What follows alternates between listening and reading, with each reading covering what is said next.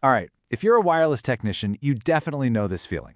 A client's network is just crawling and the blame game starts. But what if the real culprit isn't a piece of broken hardware, but an invisible saboteur? Today, we're going on the hunt for radio frequency interference, or RFI. It's one of the most common but totally solvable challenges we face out in the field. And look, we're not just pulling this stuff out of thin air. We're diving right into the field notes from the pros. This entire explanation is based on Appendix A of a super detailed report from the RFI detectives, who are part of Virtualization Options LLC. So what we're getting here is a real-world technician's eye view of how to crack these interference cases. So, that call comes in, right? The Wi-Fi's slow again.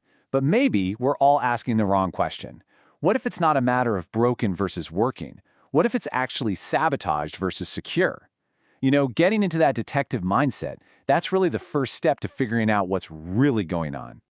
Every good detective story starts at the scene of the crime. For us, that scene isn't a room. It's an invisible battlefield, the crowded airwaves. To solve this mystery, we have got to understand the terrain first. And this right here gets to the absolute heart of the problem. The ISM bands. These are the unlicensed frequencies, 2.4 and 5 gigahertz, that were originally meant for industrial, scientific, and medical stuff. The issue? Well, now they're a total free-for-all. Imagine a public park where your Wi-Fi, Bluetooth, your neighbor's smart toaster are all trying to have a picnic on the exact same blanket. Yeah, it's gonna get messy. Now, this is a really key distinction you gotta make. Not all RFI sources are the same. On one hand, you've got your intentional radiators. These are the devices that are supposed to be on the airwaves, Wi-Fi routers, Bluetooth headsets, that kind of thing. But then you've got the unintentional radiators. These are the noisy neighbors, microwaves, electric motors, that are just spewing out radio junk as a byproduct of what they do. Figuring out if you're hunting a network device or a kitchen appliance, well, that makes all the difference. Okay, so we know the turf and we know the types of culprits we're dealing with. Now it's time to build our list of the usual suspects. So here it is, the RFI rap sheet. You've got the obvious ones, right? Competing Wi-Fi networks from next door bleeding through the walls. But you can't overlook the constant chatter from all the Bluetooth and Zigbee devices for smart home gadgets. Or maybe that ancient 2.4 gigahertz cordless phone someone has lurking in a closet. And of course the classic Wi-Fi killer, the microwave oven. In a commercial setting, you've got to worry about big industrial motors and just poorly shielded electronics. Any single one of these can bring a perfectly good network to its knees. And this quote from the report just hits the nail on the head. It's not just one thing, it's everything all at once. You've got high bandwidth Wi-Fi, you've got frequency hopping Bluetooth, low power IoT devices, all trying to shout over each other in the same room. The report calls it complex coexistence challenges. In the real world, yeah, that's just chaos. Okay, we've got our suspect list. Now it's time to gather the evidence. Let's open up that detective's toolkit and get to work. So, your number one tool, your absolute best friend on a job like this? A Wi-Fi analyzer. It's your magnifying glass. It makes the invisible visible. With a good analyzer, you can literally see which channels are jammed up, you can measure signal strength, and, this is crucial, you can check the noise floor. No more guessing. Now you're seeing the battlefield in real time. And here is the playbook. It's a pretty simple three-step process to crack just about any case. First, you do a site survey to map out the scene.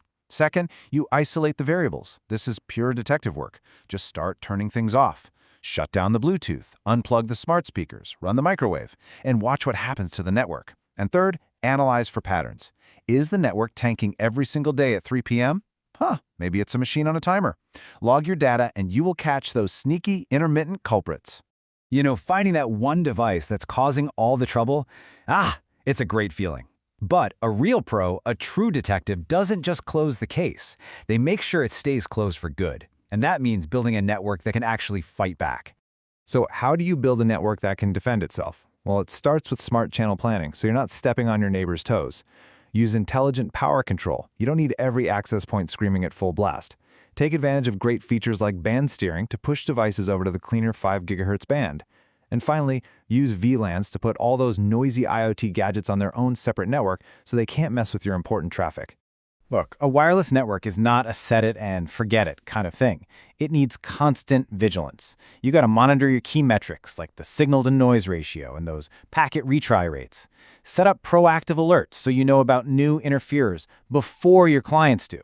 And honestly, maybe most importantly, educate your users. A simple chat about why the break room microwave shouldn't be right next to the router can save you so many headaches down the road. So we've been talking like detectives this whole time, right? Reacting to crimes that have already happened. But what if we could stop them before they even start? The future is absolutely in AI and machine learning that can analyze spectrum data, predict interference, and automatically tweak the network before anyone even notices a problem. The real question is, are we ready to trade in our detective hats for a crystal ball? It's a future that's definitely worth thinking about.